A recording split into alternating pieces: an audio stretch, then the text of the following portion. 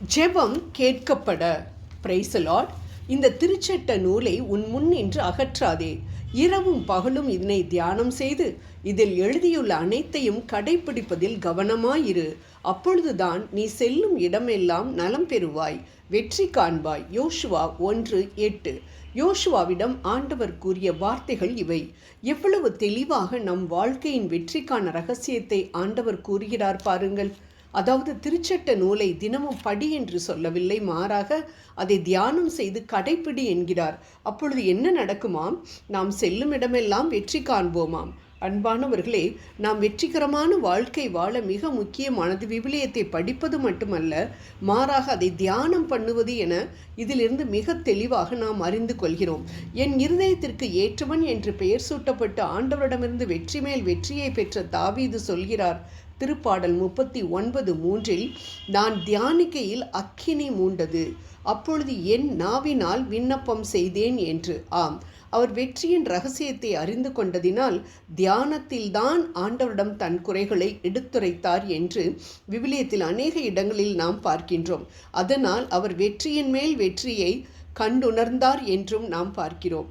ஆனால் நம் இக்கட்டான வேலைகளில் ஏறெடுக்கும் ஜெபத்தை ஆராய்ந்து பார்த்தோம் என்றால் தியானம் என்பதற்கு அங்கு இடமே இருக்காது. விவிலிய வாசிப்பிற்கு நேரம் கிடையாது.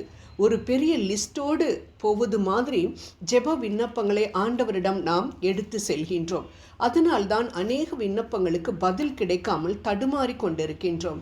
மேலும் இயேசுவே யோவான் 4:24 கடவுள் உருவமற்றவர், அவரை வழிபடுபவர் அவரது உண்மை இயல்புக்கு ஏற்ப உள்ளத்தில்தான் வழிபட வேண்டும் என்று சொல்கிறார். ஆம், ஆவியாயிருக்கும் தேவனை ஆவியோடும் உண்மையோடும் நாம் அவரை தொழுது கொள்ள வேண்டும். அப்பொழுதுதான் ஆவியில் இருக்கும் கூடிய அவரை ஆவிக்குரிய நிலைக்கு சென்று நமது ஜெபத்தை அவர் கேட்க வைக்க முடியும். மனித உருவில் இருக்கும் நாம் எப்படி ஆவி நிலைக்கு சென்று அவரோடு பேச முடியும்? தியானத்தில்தான். ஆண்டவருடைய வார்த்தைகளை, அதாவது விவிலியத்தை வாசித்து அதனை தியானிக்கும் பொழுது நம்மில் அக்கினி அனல் மூழ்வதை நம்மால் நிச்சயம் உணர முடியும். அப்பொழுது தாவீது சொன்னது மாதிரி நம் வாய் தானாகவே நம் விண்ணப்பங்களை ஆண்டவரிடம் எடுத்துரைக்கும். ஆக நம் ஜெபம் நல்ல விசுவாசத்தினாலும் எதிர்பார்ப்பினாலும் நிரப்பப்பட்டதாக இருக்க வேண்டும் என்றால் அந்த ஜெபத்திற்கு முன் தியானிப்பது மிக மிக அவசியமானது. அது ஆழமான தியானமாய் அனல் மூட்டுகின்ற தியானமாக இருக்க வேண்டும். அன்பானவர்களே, நம் பிரச்சனைகளுக்காக தான் நாம் ஜெபம் செய்ய வந்திருக்கிறோம் என்றால் சில நிமிடங்கள் அந்த பிரச்சனைகளை குறித்து நினைக்காமல் அதை குறித்ததான ஆண்டவரின் வார்த்தைகளை மட்டும் தியானித்தால் ஆவிக்குரிய நிலைக்கு நாம் செல்ல முடியும். உதாரணமாக, உங்களது வியாதிக்காக நீங்கள் ஜெபிக்க அமர்ந்திருக்கிறீர்கள் என்றால் இயேசு எவ்வாறு வியாதியுள்ளவர்களை குணப்படுத்தினார் என்பதை நம் கண்களுக்கு முன்பாக கொண்டு வந்து அதை நினைத்து கொண்டே இருந்தால், அதாவது தியானித்தால் போதும்.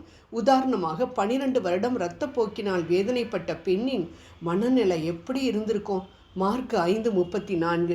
எத்தனை டாக்டர்ஸை போய் அவங்க பார்த்துருந்துருப்பாங்க, எவ்வளோ பணம் அவங்க செலவழிச்சிருந்துருப்பாங்க, எவ்வளோ பேர் அவங்கள இந்த வியாதியினால் அவமானப்படுத்தியிருப்பாங்க, எப்படி அவங்க இயேசுக்கிட்ட வந்தாங்க, எப்படி அவரை நம்பினாங்க, எப்படி அவருடைய ஆடையினுடைய ஓரத்தை தொட்டாங்க, எப்படி தன்னுடைய உடலில் உடனே சுகத்தை உணர்ந்தார்கள் என்றெல்லாம் ஒவ்வொன்றாக நாம் நினைத்து கொண்டு வரும் பொழுது சிறிதாக நாம் இவ்வுலகை விட்டு ஆவிக்குரிய உலகில் நுழைவதை நாம் உணர முடியும். அப்பொழுது நாம் நினைத்தே பார்த்திராத வகையில் நம் ஜெபமும் வித்தியாசமானதொன்றாக இருக்கும். ஏனென்றால் அது விசுவாசம், நம்பிக்கை நிறைந்த நம்மில் குடியிருக்கும் ஆவியானவர் ஏறெடுக்கும் ஜெபம். ஆம் அன்பானவர்களே, இவர்கள் உதட்டினால் என்னை போற்றுகிறார்கள், இவர்கள் உள்ளமோ என்னை விட்டு வெகு தொலைவில் இருக்கிறது, அவர்கள் வழிபடுவது வீண். மத்தேயு 15:8 என்று சொல்லும் நம் இயேசு நாம் ஆவியில் நிறைந்து ஜெபம் பண்ணும் பொழுது அதை எப்படி நிராகரிப்பார்?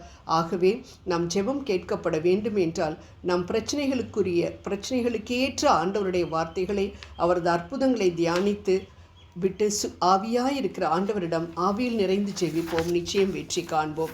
ஜெபம் செய்வோம். ஜெபத்தை கேட்கும் எங்கள் ஆண்டவரே, வெறும் வார்த்தைகளினால் எங்களது வேண்டுதல்களை உம்மிடம் எடுத்து வராமல் உமது வார்த்தைகளை தியானித்து ஆவி நிலையில் அவற்றை உம்மிடம் தெரிவிக்க தேவையான பலனை தாரும். ஆமேன்.